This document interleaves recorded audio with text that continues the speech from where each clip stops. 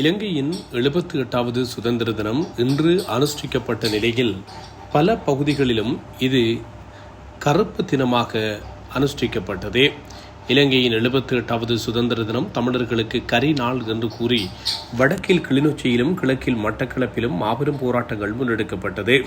அந்த வகையில் இந்த போராட்டங்களுக்கு பலி சேர்க்கும் முகமாக புலம்பெயர் தேசங்களிலும் சுதந்திர தினம் தமிழர்களுக்கு கரி நாள் என கூறி போராட்டங்கள் முன்னெடுக்கப்படுகிறது.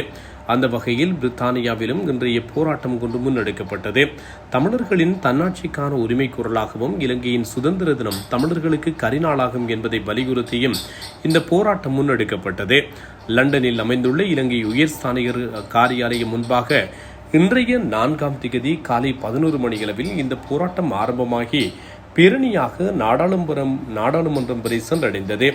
இதில் லண்டனில் வாழும் புலம்பெயர் தமிழர்கள், லண்டன் மக்கள், இளைஞர்கள் உள்ளிட்ட பலரும் கலந்து கொண்டு இலங்கை அரசின் தமிழர்களுக்கு எதிரான ஒடுக்குமுறைகளுக்கு எதிராகவும் தமிழர்களின் அரசியல் உரிமைகள், தன்னாட்சி, தனியுரிமை மீறல் குறித்து கோஷங்கள் எழுப்பப்பட்டதுடன் சர்வதேச சமூகத்தின் கவனத்தை ஈர்க்க வேண்டிய அவசியம் குறித்தும் இதன்போது வலியுறுத்தப்பட்டது.